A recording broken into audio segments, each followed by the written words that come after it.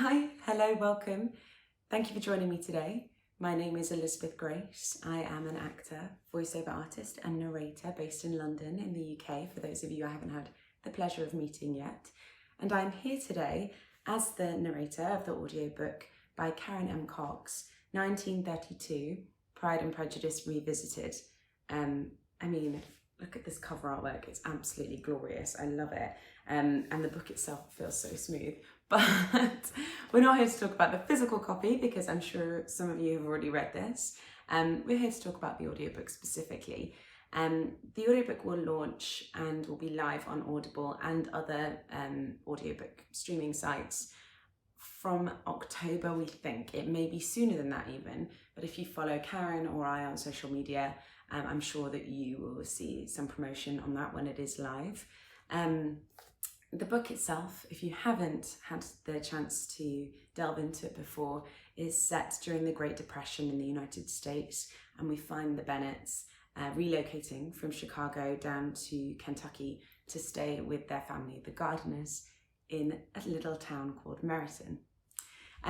What I've really loved about this book as I was narrating it, and I really did love it, is that Karen has crafted it so incredibly well. And even though it is obviously based on Jane Austen's original characters and basic storyline, there are some twists and turns and surprises in there that really genuinely do take you by surprise. And I think that that is a testament to her as an author, that she can still do that when we're talking about characters and stories that we love so much already. So yeah, I think that if you haven't had the chance to, definitely do take a look at it.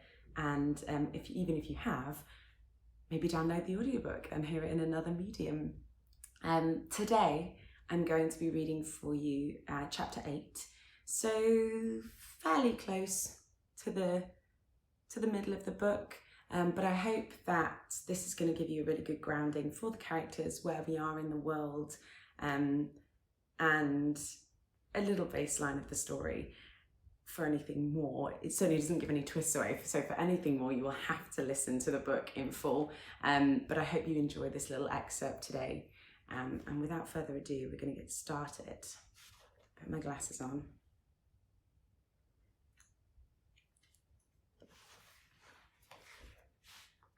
Chapter 8, November 26, 1932. Elizabeth marveled at the grand, festive entrance to the Bingleys' home. Lights shone from the windows, and gas lanterns lined the driveway.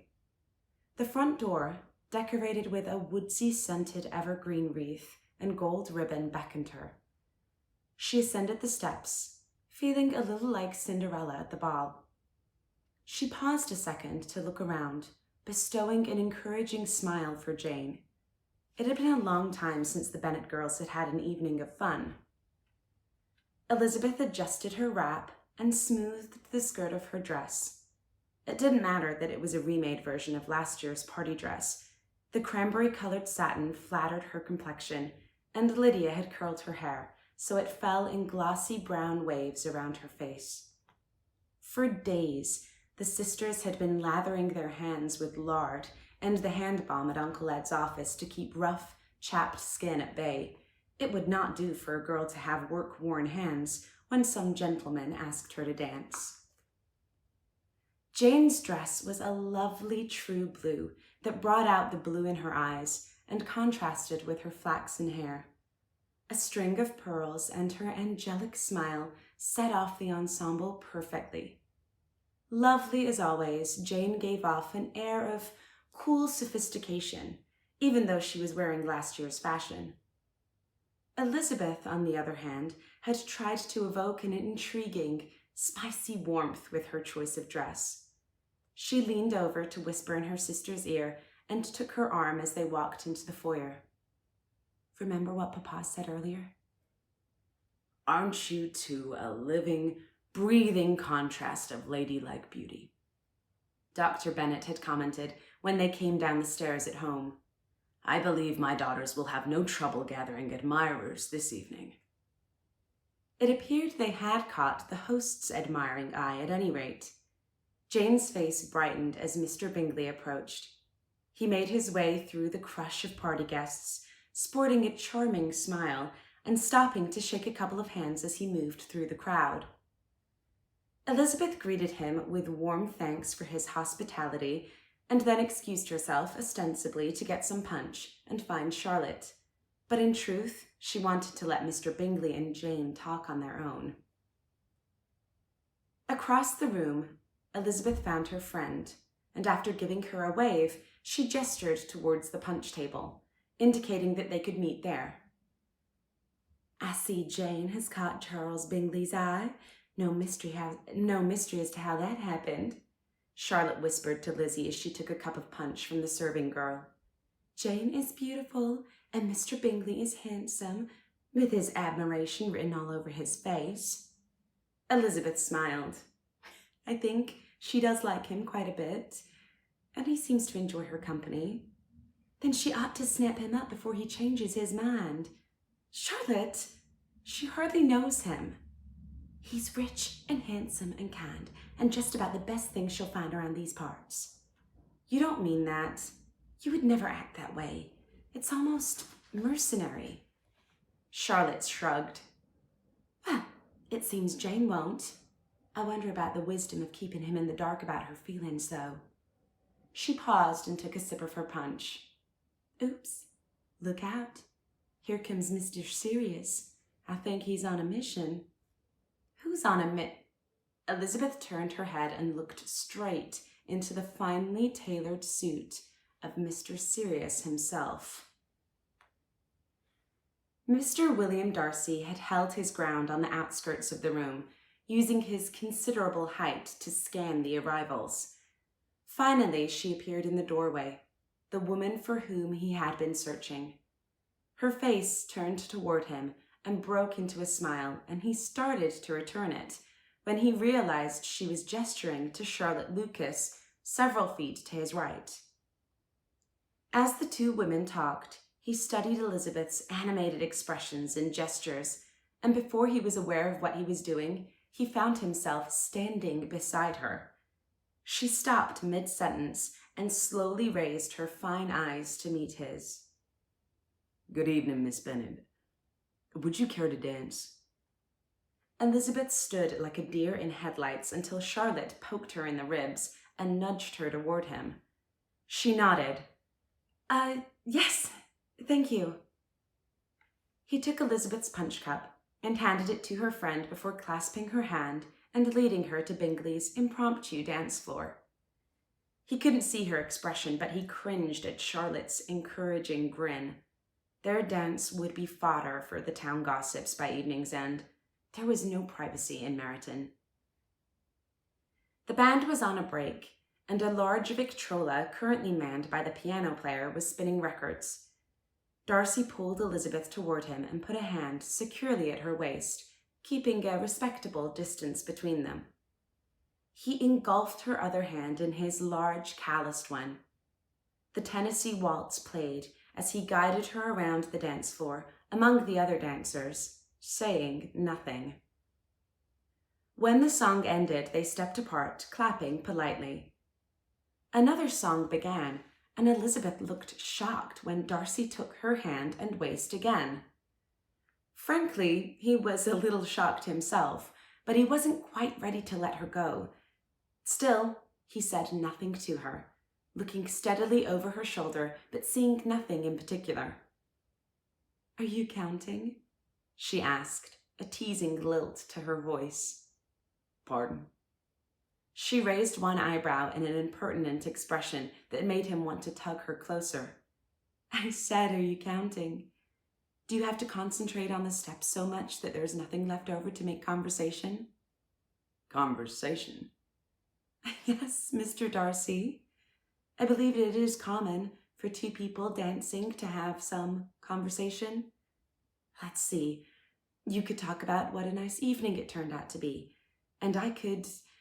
I don't know. I could talk about how lovely Mr. Bingley's house looks, all decorated for Christmas, how unusually warm the weather is, or how many people here love to dance." "So, these are the party rules according to Miss Elizabeth Bennet?" He tried to feign annoyance, but instead he felt his lips turn up in amusement. She laughed, setting him a little more at ease. Well, sometimes it is best to have some conversation when two people must endure each other's company. He frowned for real this time. Is that what we're doing? Enduring each other's company? Oh, never mind. It's probably for the best anyway. I'd have to crane my neck to look up at you. She smiled as she said it, and he couldn't help but smile in return. Her comments might sound acerbic coming from anyone else, but there was a sweetness to the way she spoke them, and that made it very difficult to be annoyed with her. My apologies for my height, Miss Bennet, he said in a deep voice.